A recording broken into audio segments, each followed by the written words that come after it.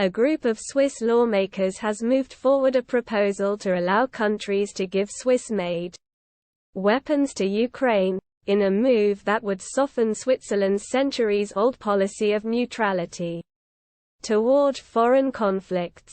The majority of the committee believes Switzerland must offer its contribution to European security, which requires more substantial aid to Ukraine, the Swiss Parliamentary Security Committee said in a statement. The decision would represent a significant break from the policy of Swiss neutrality, though its supporters insist that the measure would not violate their law of neutrality since Bern would not be sending weapons directly.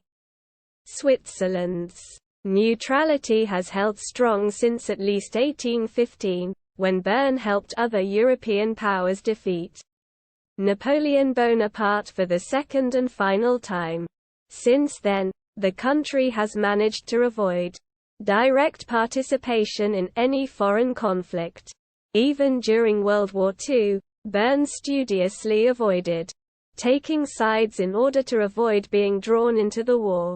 But the war in Ukraine has tested this policy. In May of last year, Swiss authorities agreed under pressure from the West to freeze the assets of several hundred sanctioned Russians, including President Vladimir Putin. Bern also closed its airspace to Russian planes. Despite these shifts, allowing Swiss weapons to see the battlefield has so far been a red line. Last year, Switzerland denied several requests from Germany and Denmark to re-export Swiss-made arms to Ukraine.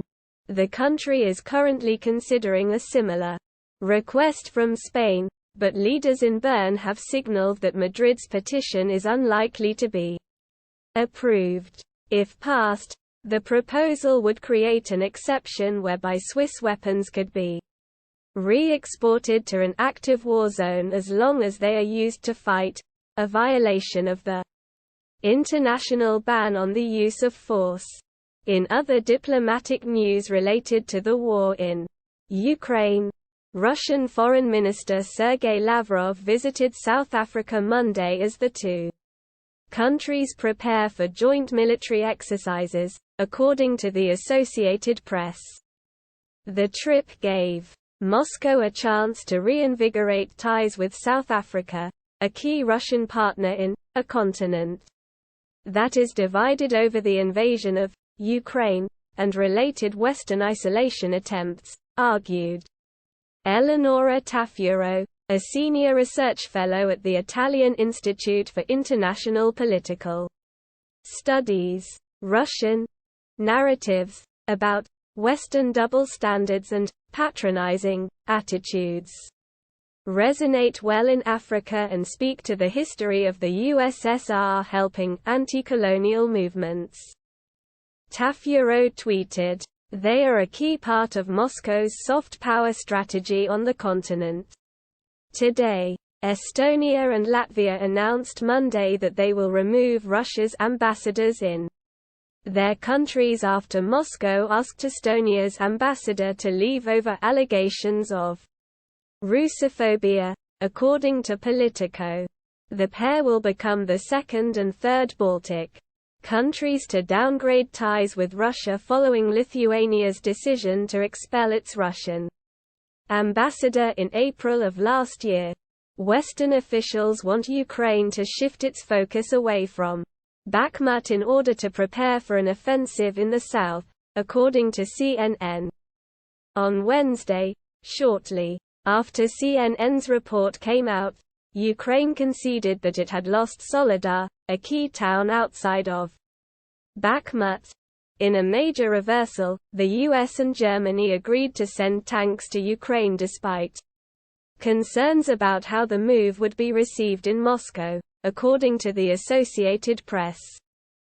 Ukrainian officials have now set their sights on modern Western fighter jets to replace or at least strengthen Kyiv's Soviet-era fleet.